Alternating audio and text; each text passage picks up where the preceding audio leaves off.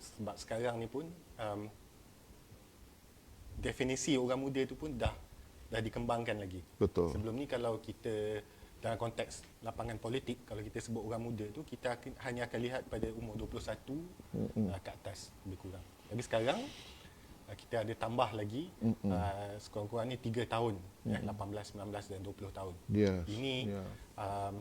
adalah remaja sebenarnya, remaja lepasan sekolah yang kalau saya pun datang daripada latar belakang pendidikan, jadi selalunya kita akan define golongan ni sebagai golongan yang mencari identiti.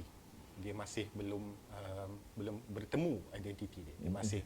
Dia baru keluar daripada sekolah, alam persekolahan. Dia masih lagi mencari cita-cita ni apa, masih mencari peluang ni apa dibuat dengan masa yang ada sekarang. Jadi golongan ini politik bukan isu yang dilihat sama macam yang sebelum ni kita define sebagai orang muda. Orang muda umur 21 kebanyakannya dah sekurang-kurangnya hampir habis belajar di universiti, college, sudah pun masuk alam pekerjaan. Sekurang-kurangnya kalau dia lepas sekolah dia masuk kerja, maksudnya dia dah 3 tahun lebih bekerja. Dia dah mula faham, oh kerja ni gaji macam ni, dah kerja 3 tahun gaji tak naik-naik. Dia dah mula berhadapan dengan realiti dan rencam sebenar masyarakat. Jadi pandangan politik dia tu dah mula terbentuk. Jadi kalau sama ada macam yang Tok Abah dan Saudara Fahmi sebut tadi tentang meluat, fatigue dan sebagainya dengan politik ni, itu semua terbina bukan semata-mata bila dia tengok apa yang dipaparkan dalam media, tapi juga apa yang dialami oleh diri sendiri. Tapi macam mana kita nak kaitkan dengan remaja yang baru ni, orang muda yang baru di universiti yang sedang dibawa masuk ke dalam lapangan politik sebagai pengundi ni. Dia akan ada pandangan yang sangat berbeza. Dia mungkin lebih terdedah, tapi ini generasi. Saya tak nampak ini sebagai umur, tapi saya melihat ia sebagai satu generasi.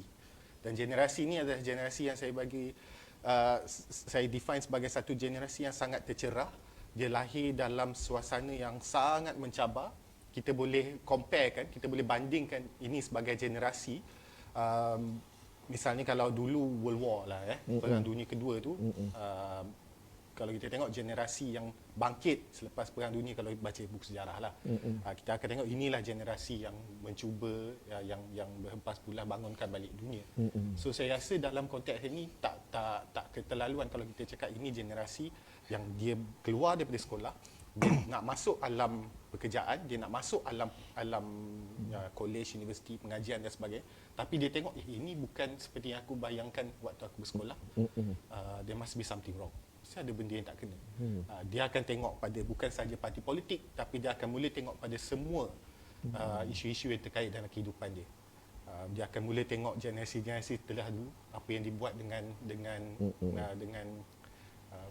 basically kalau basically dalam dunia ni lah, dan macam mana ekonomi dibangunkan oleh generasi sebelum dia, apa jenis dunia, apa jenis negara, apa jenis kehidupan yang diwariskan kepada mereka, dan mengheret mereka masuk ke dalam lapangan politik dengan menjadikan golongan ini sebagai pengundi.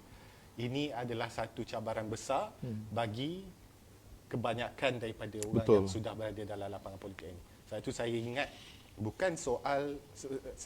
bukan soal pengundi 18 ke 20 tahun ni tidak bersedia dengan politik. Ini banyak komen yang saya rasa berat sebelah. Kata ini golongan tidak matang dan sebagainya. No, bukan mereka yang tidak bersedia dengan parti politik, tapi parti politik sebenarnya yang tak bersedia dengan golongan ini. Itu pandangan saya lah sedikit sebanyak.